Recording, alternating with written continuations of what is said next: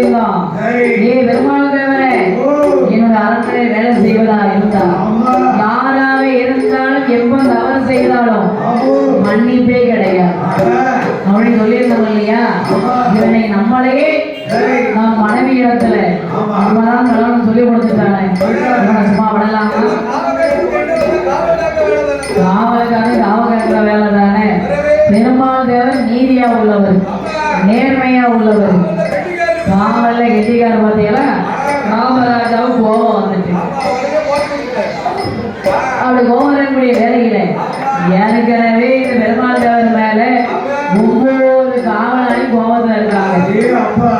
9 காவலாளிகளும் கோபத்துல இருக்காங்க. வாங்க ராமராஜா அவர் சொல்றாரு, 9 காவலாளி வரவழைச்சாரு. இன்னைக்கு பெருமாள் தேவர் 7 காலம் நிறைவேற்றி காத்து கொண்டிருப்பாரு. நீங்க 9 பேர் என்ன செய்வீங்க?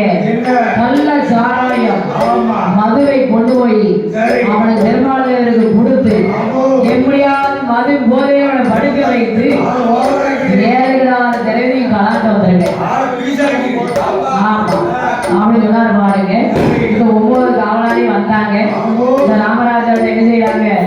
அதாவது பெருமாள் தேவர் இடத்துல வந்து, ஏப்பா பெருமாள் தேவரை நம்மளும் வருஷ காலமா காவல் காத்துக்கிட்டு இருக்கோம், நம்மள மாரி யார் எதுக்கு போறா? சமைக்கடிப்போம் அப்படி பெருமாள் தேவர் என்ன சொல்றாரு?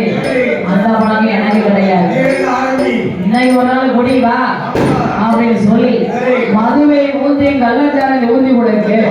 அப்படியே பெருமாள் மது போதையில மயங்கி விழுந்துட்டாரு.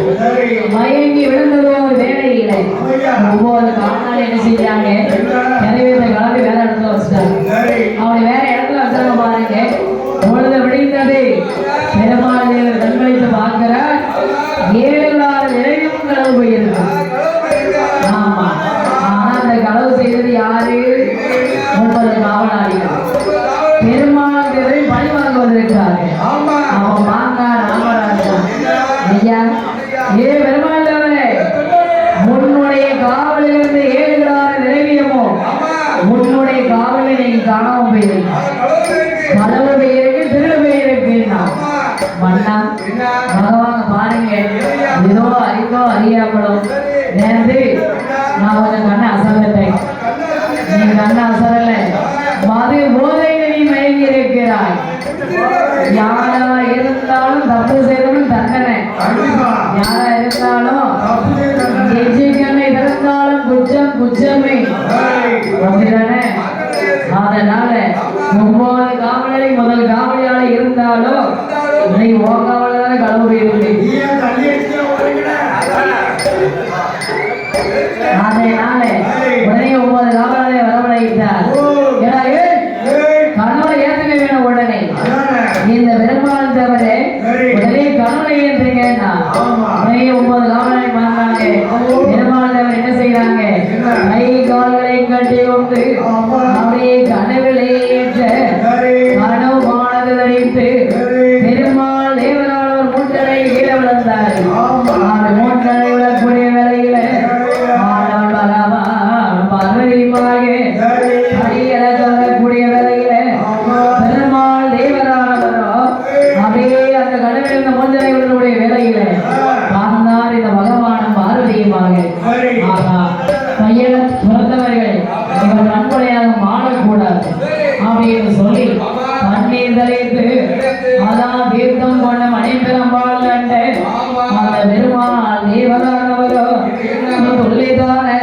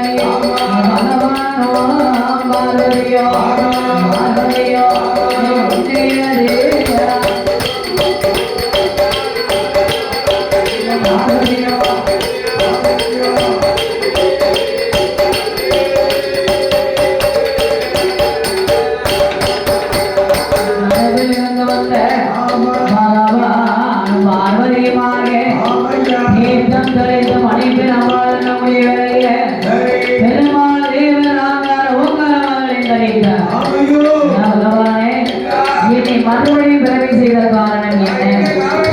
ஊரை என்ன வேறு என்ன?